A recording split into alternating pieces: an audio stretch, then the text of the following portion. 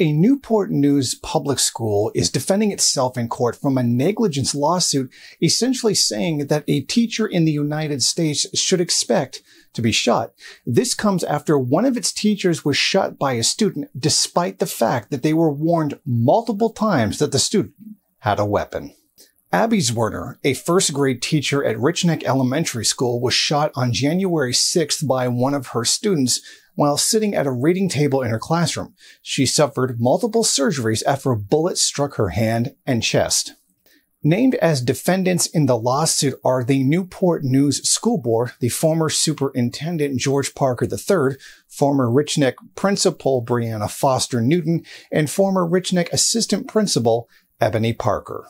The 25-year-old teacher is suing Newport News Public School for $40 million, alleging gross negligence on their part for not acting upon the student. The lawyers for the school insist that her injuries fall under workers' compensation and that the school is not obligated to compensate her.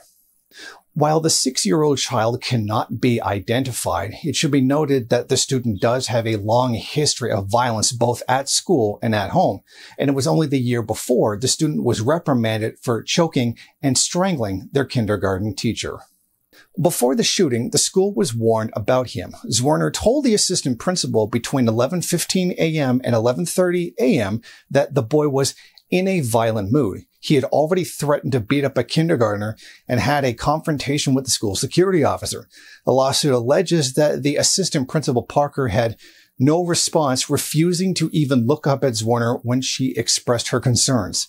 Twice more, she was warned that he had a weapon, even by another teacher, and she still refused to act.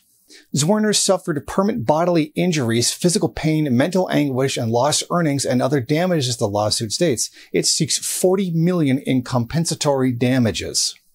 In response to all of this, the school has fired the superintendent and the assistant principal has resigned. In addition to this, the school has taken the additional steps of getting metal detectors and paying for transparent plastic backpacks for their students. The child's mother, Deja Taylor, was charged with child neglect for which she pleaded guilty. Normal sentences include up to 5 years, but prosecutors will recommend only a 6-month sentence as a part of a plea deal.